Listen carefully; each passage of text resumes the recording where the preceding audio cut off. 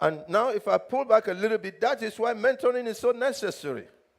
So that my failure, the steps I took that crashed me, that make my plane to crash because of ignorance and sin and foolishness, I start to say to the people coming behind, I don't take this part, it's going to lead to ruin. That is why mentoring is necessary, because experience is the biggest teacher. You see.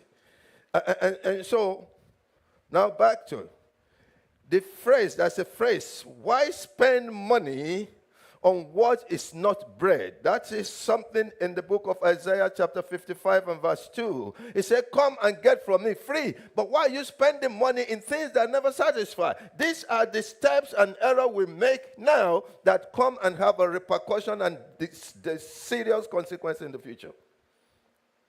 Living a life of full accomplishment. Now we have our children in school, from middle school to high school and to college, and they engage in nothing but start foolishness. And that is why your unwanted pregnancy will occur, and then the woman becomes 30, 40 years, she's regretting the foolish. There was a lady that used to volunteer for us. She was in the army for some time. She completed her duty, and she was released, honorable discharge. But this lady would not drink wine, never, ever. I've never seen her drink wine. And she used to talk about it. She said, no, I will never drink wine. I will never drink liquor. I said, so, yeah, it's good. I don't. And I said, so tell me your story. He said they went on this drinking spree when she was in the military. And she drank a glass too many. And then she realized in the morning that what she never planned happened. That's how she had her son. Foolishness with future consequences. Living a life of regrets for things that we did in ignorance yesterday. And so as a father and grandfather now, for me, I try to say to my children, apart from the fact that they can go back to where I raised them.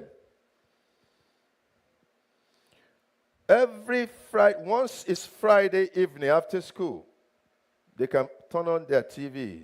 They turn on the house TV and watch TV all the way to Sunday night. Boom, Monday hits, no TV in my house.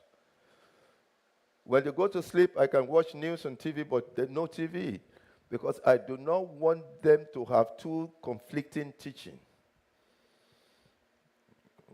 My first child is the one sitting right there. Raise your hand up. Is that how I raise you guys? And I'm telling the next of them, I'm telling parents now, you see, the biggest of the treasure that you have on earth is to raise children to be godly. And when you miss it, you will regret in life, because it says teach your children so they can give you rest. So something that you do ignorantly today can affect you even when you are too old. How do you live a life of full accomplishment and zero regrets? You cannot, because you've already done a whole lot. Even right now, as parents and grandparents, we still commit blunders that will come back to haunt us. But there is something that we can do step by step to reduce the regrets and try, by God's grace, to improve the accomplishments. That's a phrase. John 6:27 says, do not work for food that perishes, but for food that endures to eternal life, which the Son of Man will give you, for on him God the Father has placed his seal of approval. Now, a lot of times we waste three T's. There are three T's. Time, treasure, talent. How do we use this to the glory of God? Your time. What consumes most of your time? Your talent. The innate ability God has given to you, grace. What do you use it for? Now, let me tell you one thing. Skill and talent that becomes skill, that becomes whatever you call it. We know some big